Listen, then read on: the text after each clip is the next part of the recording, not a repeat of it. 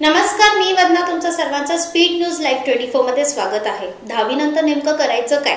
खूपच गोंधळलेली असतात सर्वच विद्यार्थी-विद्यार्थिनी. 10वी नंतरचे जे पास झालेले आहेत, खूप ऑप्शन्स असतात आपल्या समोर आणि त्याच्यातलं अगदी व्यवस्थित ऑप्शन करिअरसाठी सिलेक्ट करायचं म्हणजे खरोखर ते टेन्शनचंच काम असतं. आणि त्यातच आपल्याला जे एक्सपर्ट आहेत त्या क्षेत्रातले त्यांनी जर आपल्याला गाईड केलं, मार्गदर्शन केलं तर नक्कीच आपल्याला चांगलं मार्गदर्शन मिळतो, एक चांगलं आपल्याला वे मिळतो त्याच्यामध्ये आपल्याला करिअर करण्यासाठी. आणि आज जे टॉपिकवर आम्ही बोलणार आहोत ते आहे CS आणि लॉ.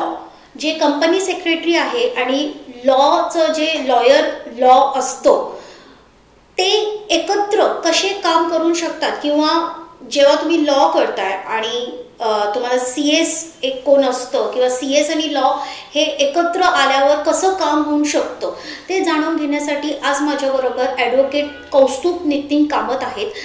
ते लॉयर आहेत आणि त्यांची स्वतःची फर्म आहे.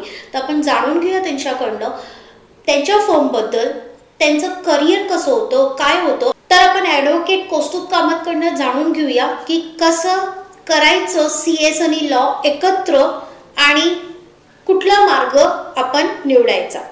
तर मी त्यांचं खूप मनापासून स्वागत करते. कौस्तुभ सर, तुम्ही स्पीड न्यूज लाईव्ह 24 मध्ये आल्याबद्दल तुमचं हार्दिक अभिनंदन. सर, CS आणि लॉ एकत्र येऊ शकतं का? आता कसं आहे, company CS means company secretary आणि लॉ जर आपण सिंपल भाषेत म्हणायचं तर द प्रोफेशन ऑफ ॲडव्होकेट हे एकत्र येऊ शकतं definitely. As a matter of fact हे खूप चांगलं कॉम्बिनेशन आहे, कारण कंपनी सेक्रेटरी ह्या कोर्समध्ये मेजर पार्ट हा लिगल सब्जेक्ट्सचाच आहे. As a matter of fact लॉयर्सना जे जे सब्जेक्ट्स होतात त्यातले जवळजवळ 80-90% सब्जेक्ट्स कंपनी सेक्रेटरी कोर्समध्ये होतातच, कदाचित जास्तच होत असतील एखादा लॉयर शिकतो त्यापेक्षा. पण ते जास्त इनडेप्थ शिकवले जातात in company secretary course. Plus ती कॉम्पिटेटिव्ह एक्झाम असल्यामुळे त्यामध्ये तुमची जी अभ्यास करायची जी लेवल आहे ती तुम्हाला खूप प्रॅक्टिकल ओरिएंटेशननी करावं लागतं. At the same point legal course जो आहे त्यामध्ये तुम्हाला जो अभ्यास करायची पद्धत आहे त्यामध्ये सब्जेक्ट्स पण भरपूर असतात, त्याला वर्ष पण जास्त लागतात in comparison to a company secretary course जो की 3 वर्षाचा आहे. कंपनी सेक्रेटरी किती वर्षाचा असतो? आता इथे वर्ष अशी गोष्ट नाही. आता मधीची गोष्ट काय आहे, 3 वर्षाचा तसा बघायला गेला तर कोर्स आहे, पण 3 वर्षात कंपनी सेक्रेटरी झालेले अशी खूप क्वचितच आहे. आणि तो कोर्स झाल्यानंतर सुद्धा 2 वर्षाची इंटर्नशिप असते. 2 वर्षाची इंटर्नशिप. ती इंटर्नशिप झाल्याशिवाय तुम्हाला प्रॅक्टिस करायची लायसन्स मिळत नाही. मग ते आता आपल्याला जर इंटर्नशिप करायचं असेल तर आपण ज्या कॉलेजमधनं CS करतो किंवा कुठल्या इन्स्टिट्यूटमधनं करतो तेच आपल्याला इंटर्नशिप देतात का? नाही, तुम्ही ICS institute of company secretaries of India मध्ये रजिस्टर करावं लागतं to be give an exam. त्याच्यामध्ये 2 ऑप्शन्स आहेत. आता 10वी नंतरच्या मुलांसाठी हे आहे म्हटल्यावर सांगतो. 12वी नंतर आता न्यू एज्युकेशन प्लॅन प्रमाणे काय होईल माहित नाही, पण आताच्या करंट सिनेरिओ प्रमाणे 12वी नंतर तुम्ही फाउंडेशनची परीक्षा देऊ शकता. फाउंडेशन कंपनी सेक्रेटरी फाउंडेशनची MOQ असते, म्हणजे 1 प्रश्न 4 ऑप्शन्स या टाइप मध्ये एक्झाम असते. त्यानंतर जर तुम्ही BCom नंतर किंवा ग्रॅज्युएशन नंतर ऍडमिशन घेऊ इच्छिता तर तुम्ही direct second year which is executive course of company secretary त्याला ऍडमिशन घेऊ शकता.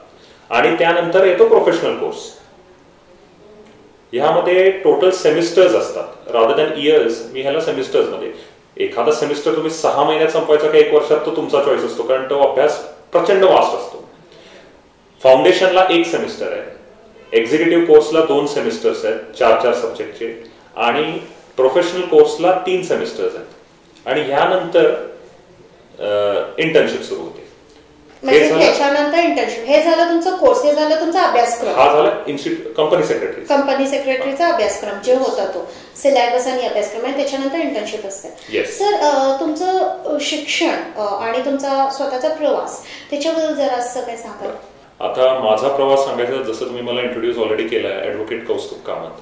तर मी प्रॅक्टिसिंग ॲडव्होकेट आहे, कोल्हापूर बारचा मेंबर आहे, बार काउन्सिल ऑफ महाराष्ट्र गोवाचाही मेंबर आहे. सो माझं ग्रॅज्युएशन झालंय लॉमध्ये, शहाजी लॉ कॉलेज आणि न्यू लॉ कॉलेज इथनं पार्शली. सो कंपनी सेक्रेटरीशी माझा संबंध असा आला की मी 2009 मध्ये कंपनी सेक्रेटरी कोर्सला ऍडमिशन घेतलेली आणि 2010 मध्ये कंपनी सेक्रेटरी करता करता लॉला पण ऍडमिशन घेतली. कारण माझ्या मते दोन्ही फील्ड्स खूपशे इंटरकनेक्टेड आहेत. एकीकडे तुम्हाला एखादा पॉइंट प्रूव्ह करायला शिकवलं जातं आणि एकीकडे एखादी गोष्ट कायद्याप्रमाणे बरोबर आहे ना, कंप्लायन्स. म्हणून कंपनी सेक्रेटरी, सीए, सीएस हे कंप्लायन्स ऑफिसर्स आहेत. लॉयर हा रिप्रेझेंटिंग ऑफिसर आहे. म्हणजे आपण असं म्हणू शकतो की कंपनीचा डॉक्टर म्हणजे सीएस किंवा सीए आपण असं म्हणू शकता. हो ना, in a way, may be not 100%, but अच्छा.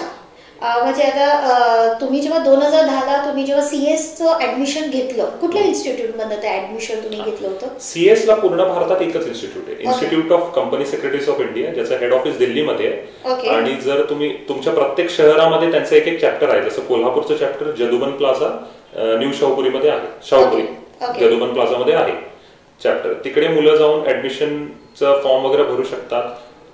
ऍडमिशनच्या फीज मध्येच तुमचं जे स्टडी मटेरियल बुक्स वगैरे आहे ते दिल्लीहून तुम्हाला पोचतं केलं जातं. आणि तेच करत असताना तुम्ही लॉ मध्ये पण ऍडमिशन घेतलं होतं. म्हणजे सायमल्टेनियसली 2 तुम्हाला डिग्री मिळून जातात जर तुम्ही पूर्णपणे कम्प्लीट केलं तर. पूर्ण कम्प्लीट केलं तर मिळून जातात नक्कीच. ओके, मग तुम्ही हे करत असताना लॉ पण करत होता? बरोबर. ओके, आणि मग त्याच्यानंतर?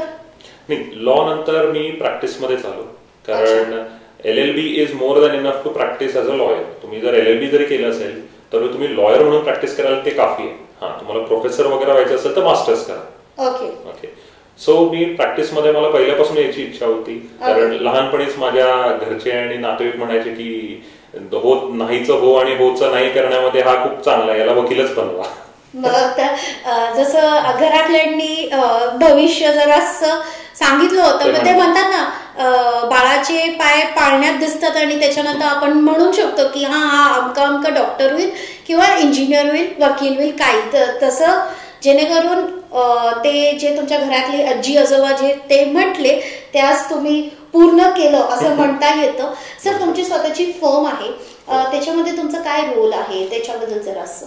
आमची एक असोसिएट फर्म आहे K&K नावानी. आमचं ऑफिस टाकाळ चौकात आहे. तर कसं आहे, आमच्या फर्म मध्ये आम्ही टोटल 5 पार्टनर्स आहोत. पार्टनर्स म्हणण्यापेक्षा असोसिएट्स म्हटलेलं हरकत नाही, कारण आम्ही एकत्र एका ऑफिसमध्ये बसतो. या 5 असोसिएट्स पैकी 2 कंपनी सेक्रेटरी आहेत, CS दिनेश खानोलकर आणि CS किशोरी खानोलकर, ज्या पुण्यात असतात. आणि आमचे 2 मित्र आहेत जे बाकीच्या कायद्यांमध्ये आमची मदत करतात, लेबर लॉज आणि कमर्शियल लॉज मध्ये. आमच्या फर्मला जे काय बॅकअप लागतो कन्सल्टिंगचा, निशांत महाजन आणि एक निखिल वारंगे म्हणून आहेत.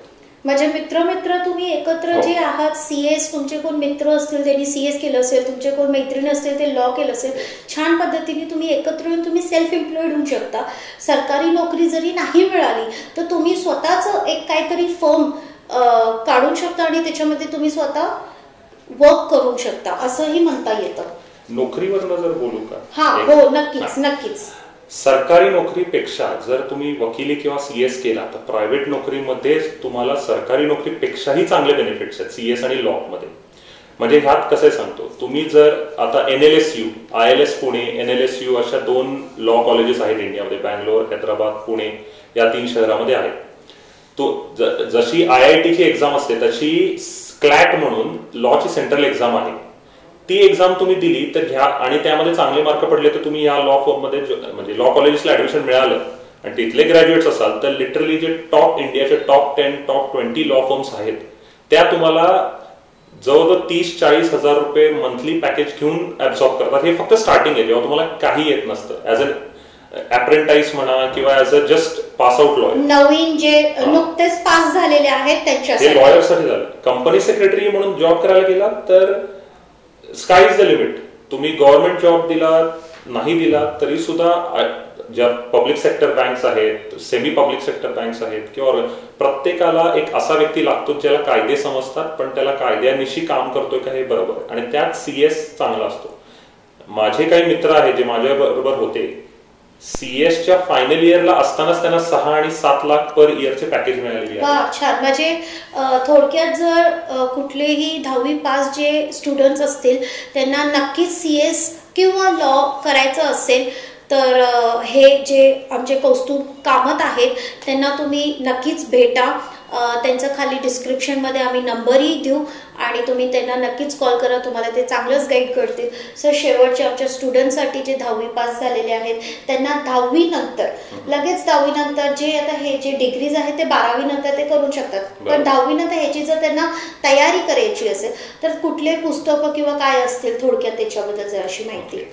आता कंपनी सेक्रेटरीसाठी तयारी करायला तुम्हाला मुळात पुस्तकात बेसिकली घ्यायची काही गरज नाही, कारण 12वी तुम्ही कुठल्याही स्ट्रीममध्ये जरी पास झाला असाल आणि फाउंडेशनला ऍडमिशन घेतल्या तुम्हाला त्याचं स्टडी मटेरियल मिळतंच.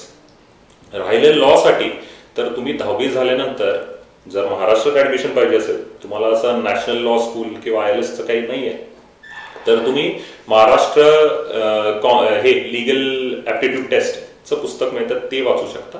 जर तुम्हाला सेंट्रलचं द्यायचंय, जे NLSU मी म्हटलं, ज्याला IIM ऑफ लीगल लॉयर्स म्हणतात, तर तुम्ही क्लॅटच्या परीक्षेसाठी क्लासेस ऑनलाईन पण मिळतात आणि त्याची पुस्तकं पण स्टडी मटेरियल मिळतात. ऑनलाईन पुस्तकं मिळतात स्टडी मटेरियल? हो, ऑनलाईन क्लासेस आहेत. हो, जिथे तुम्हाला mock test almost every week किंवा ट्वाइस अ वीक घेतल्या जातात. आणि ट्रस्ट मी, मॉक टेस्ट दिल्याशिवाय ही मॉक टेस्ट म्हणजे काय असतं एक्झॅक्टली? मॉक टेस्ट म्हणजे जी ऍक्च्युअल परीक्षा होणार आहे तुमची क्लॅटची, त्याच्यासारखी एक परीक्षा बनवलेली असते. हे क्लासेस घेतात ते लोक, उदाहरण त्याच्यासारखीच की आतापर्यंत झालेल्या पेपर्सच्या बेसिसवरती ती टेस्ट तुम्ही देणं फार टाइम टू टाइम गरजेचं आहे, कारण सेंट्रल लेवलची जी ऍप्टिट्यूड टेस्ट आहे ती अजिबात सोपी नाहीये, ती अवघड असते आणि त्याच्यासाठी तयारी करण्यासाठी हे मॉक टेस्ट असतात.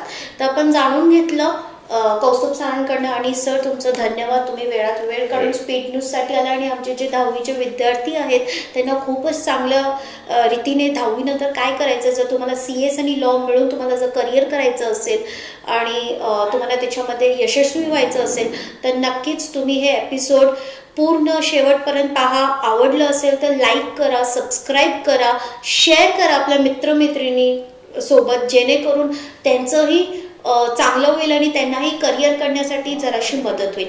मी वंदना, स्पीड न्यूज लाईव्ह 24. धन्यवाद.